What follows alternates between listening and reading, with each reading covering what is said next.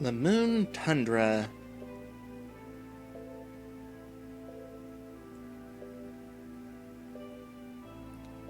Snow as far as the eye can see.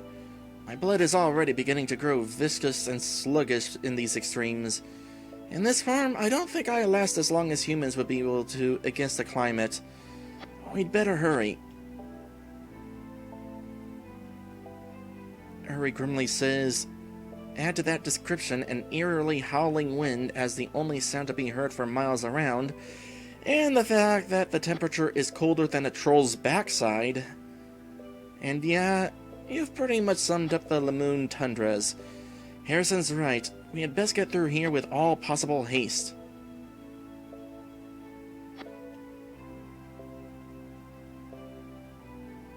Dusk was not entirely amused by the troll backside remark. A wisp of wind builds up. I hear the deathly icy wind Panaka warned us about picking up. We don't know when it will finally reach us, but unless we find something to cover our backs, we'll be blown backwards across the entire field for sure. Oh, really? Yes, really.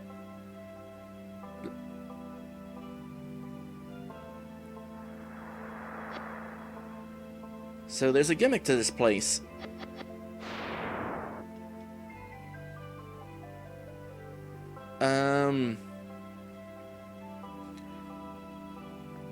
I'm pretty sure I can guess what is going on here. If not, though, I will switch to the guide.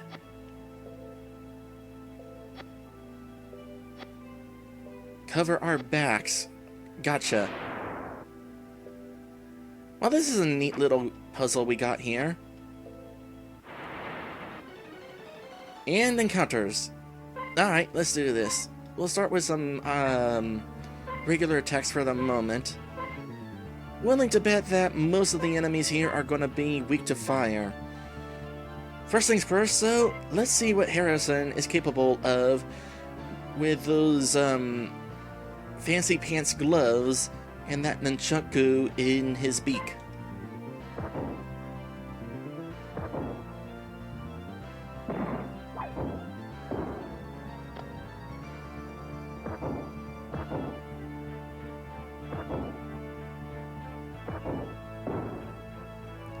That is some nice damage there.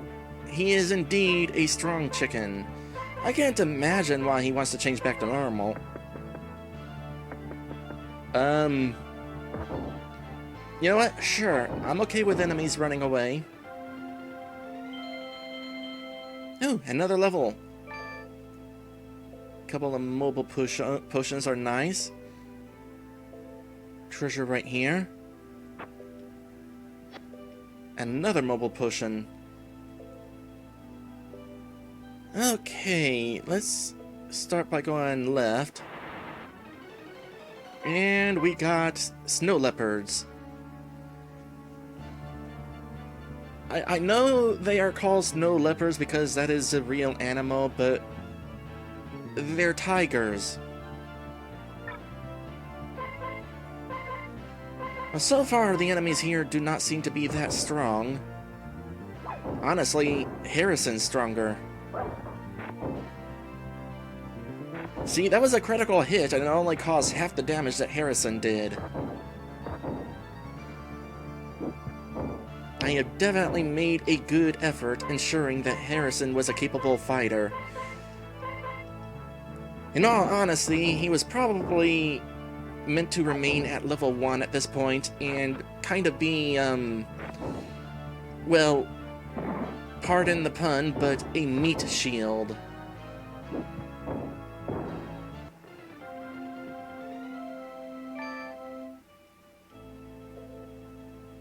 These enemies drop dew clovers? Is that what I think it is? I'm pretty sure that's what I think it is, but I'm not entirely sure. Let me go ahead and do a little bit of this. Dew clover. MP plus 15. These enemies drop free dew clovers. Okay, well, this will be a place I want to grind.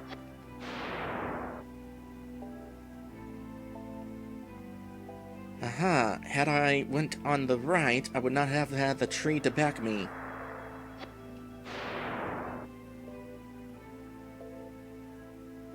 Let's see what's... Oh, I want to go that way.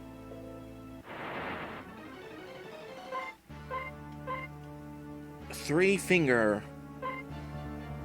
1, 2, 3. I count 4 fingers.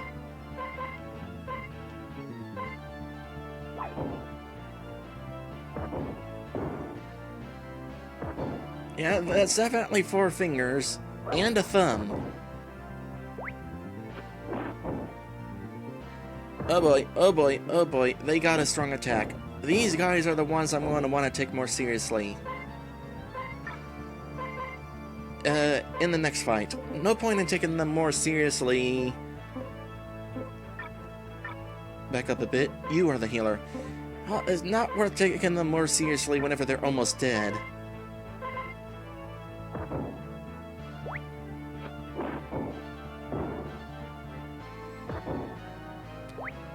Well, in my defense, Uri was the one with the fire spell anyway.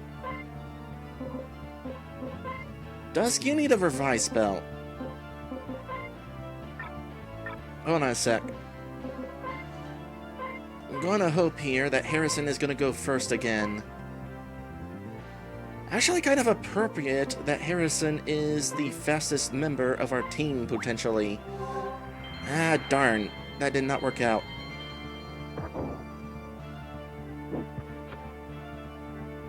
Reason I say that is because the chicken is the fastest character in RPG Maker 3. Like, physically faster, has the fastest running speed.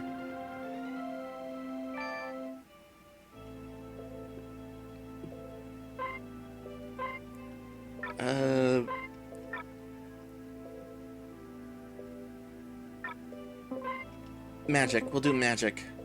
It was a choice between item or magic. Going with magic.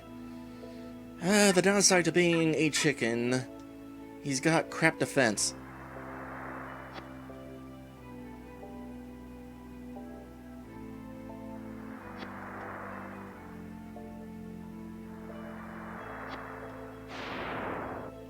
Darn it, that didn't work to my advantage.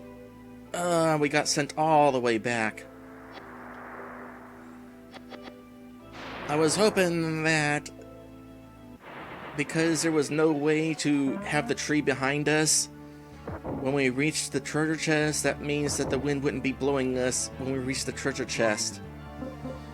I'm guessing I have to trigger the wind elsewhere before moving on over there. Okay, time for some magic, because these guys do suck. And, well, just keep on focusing on them, in fact. Okay, the turn order here is out of whack.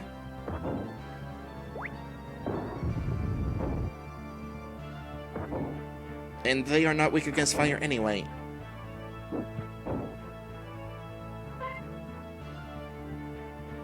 Okay, let me think here.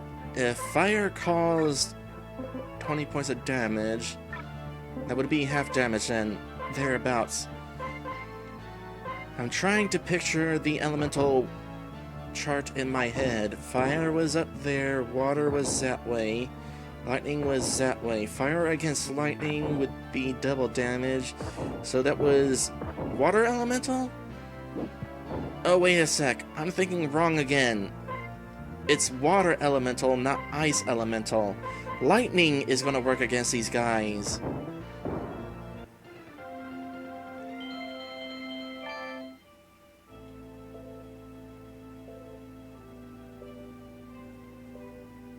Well, keep that in mind.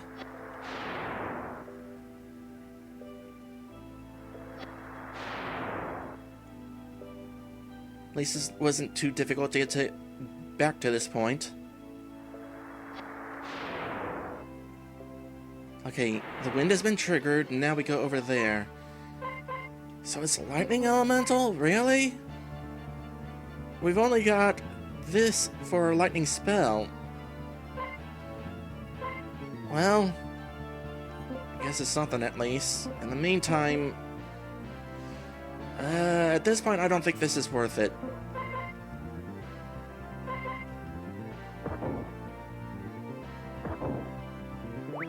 Honestly, I'm not sure Ruby Lightning is worth it.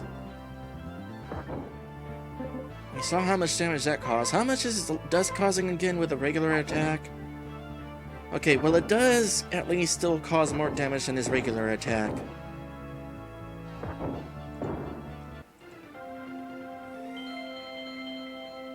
Another level up for Harrison, more root beer. Well, I might have had to make the trek up to this point again, but at least we're getting plenty of items.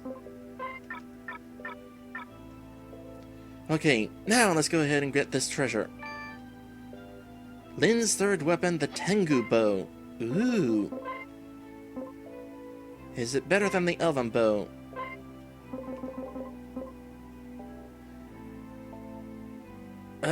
Strength-wise, yes. But it's against a single enemy. I prefer to keep him attacking all enemies.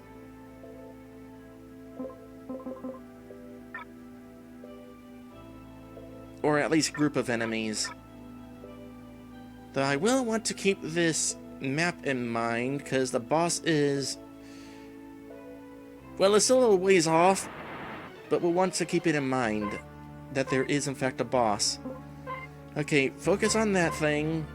Sec Lin, take advantage of that bow.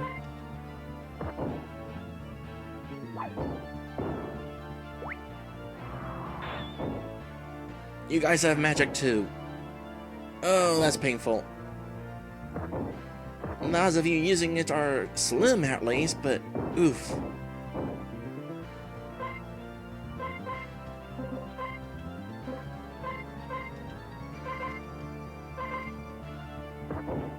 Dusk, I am definitely looking forward to whenever you learn another lightning spell. Although there's no guarantee you'll learn it before we're done here.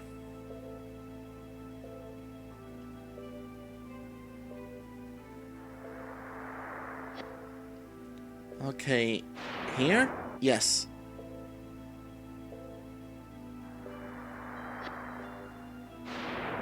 Kinda figured on that. And onward to the second map. This is getting to be quite ridiculous.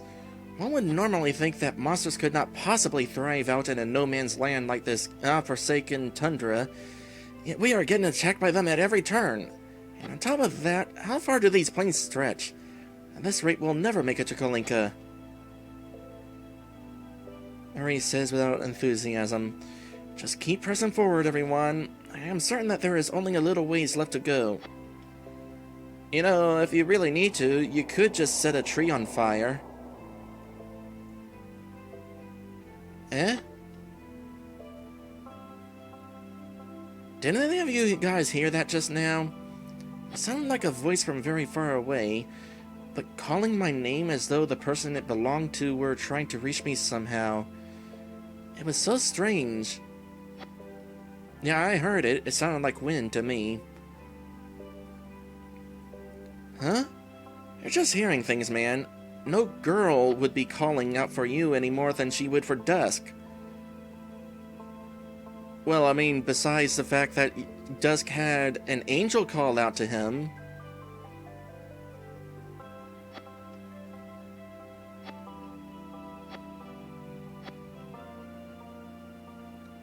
He's right. I didn't hear anything either. Let's go on. Let's get going. That voice sounded faintly like Michiru's. Ares Priyan, you two don't think... Yes, there is no doubt. She is waiting for us out there somewhere. Why are you saying she like that? Let us hurry.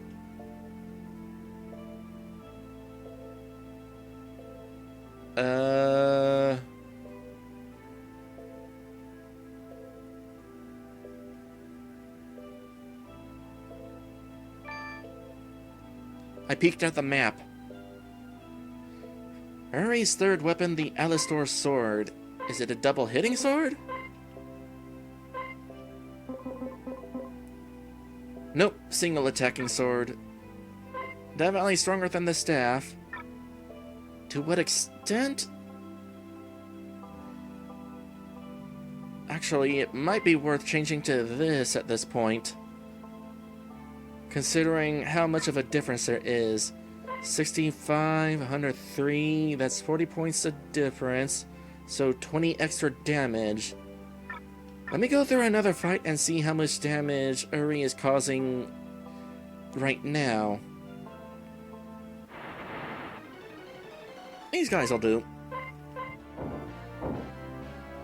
And Uri is causing... Oh gosh dang it, I can't do an experiment like that.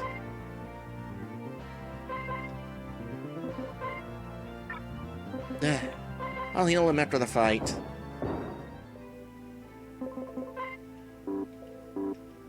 Oh right, it can't be cured outside of battle.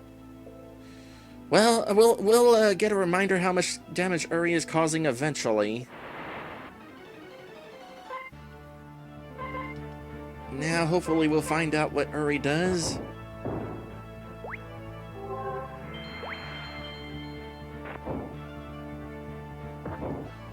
$24, $29.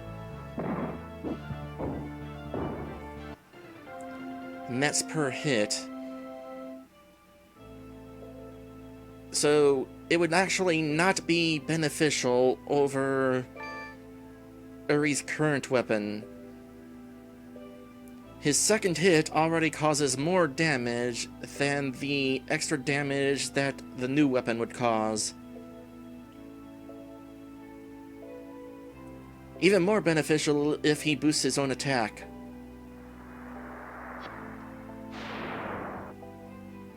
I assume if we got blown back on this map, we would not go back to the first map.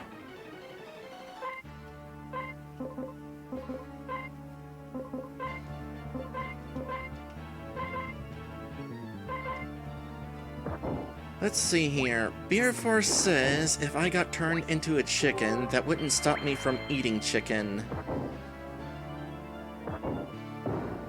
You know, I've kind of thought about that sometimes. First off, I think chickens would do that as well. To my understanding, chickens are kind of cannibalistic. They see blood, they will go at it.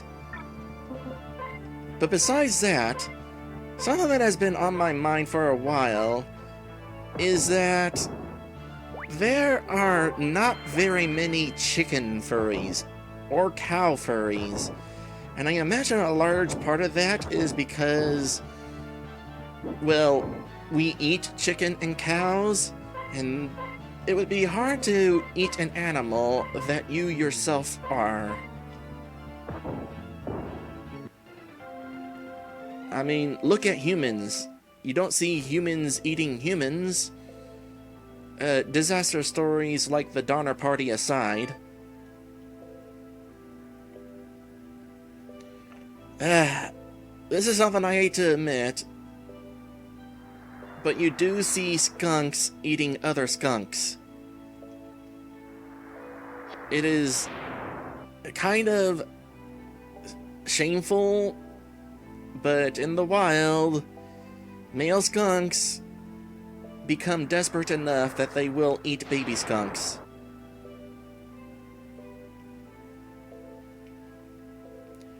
Thankfully, I am sentient, therefore I am not about to go eating other skunks. Also, I am not male. That makes a difference.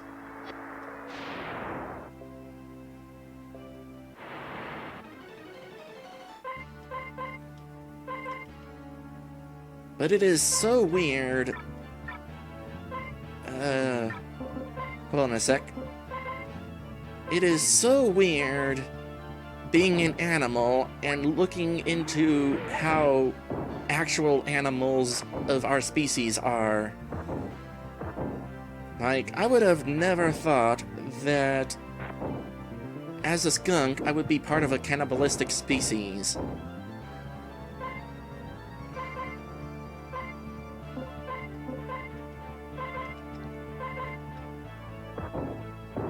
And being furry is supposed to be all happy-go-lucky, too. To the point where people actually enjoy the idea of vor. Well, you know what? That's probably why. It is in our nature as animals. Some of us are doing that.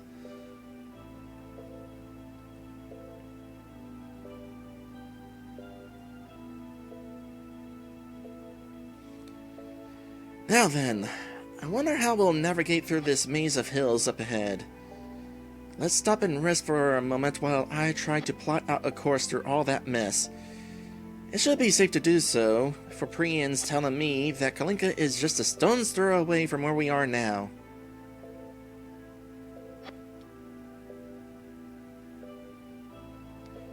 My body temp still seems to be far from the red, so I'm fine for a while. Just try not to take too long, okay?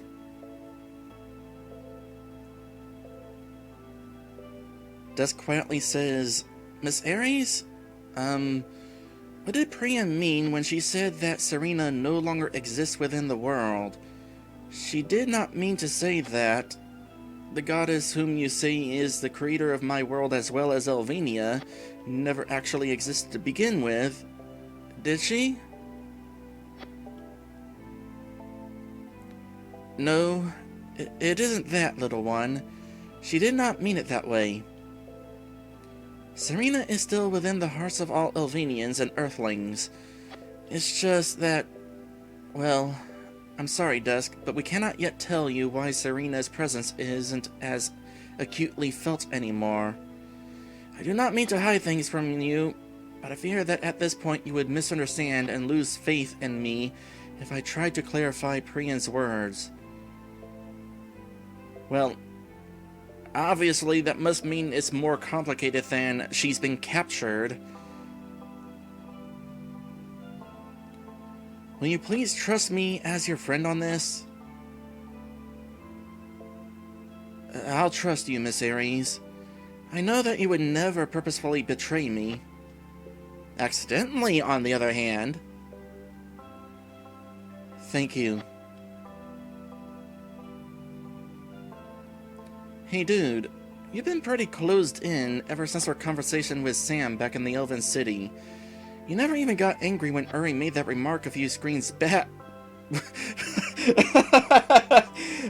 When he made that remark a few screens back about a girl never having reason to call out for you. Hello, fourth wall. So what's up? Dusk snaps himself out of his pensive mood. What? Oh, I guess I wasn't even paying any attention. I just have a lot of things to think about with all that's happened to us in the last 2 weeks. And I am also sensing something waiting for us in Kalinka. Like Death herself, intent on meeting us face to face just up ahead on the path to Elvania's day of salvation. Well, it should only be natural for some people to act like you have been when burdened with a situation like ours, right? Yeah, but not only that, I also feel that within Kalinka will lie something that the Mother wishes to reveal to me alone. Something that may change my heart forever in a way that I would not yet be able to understand.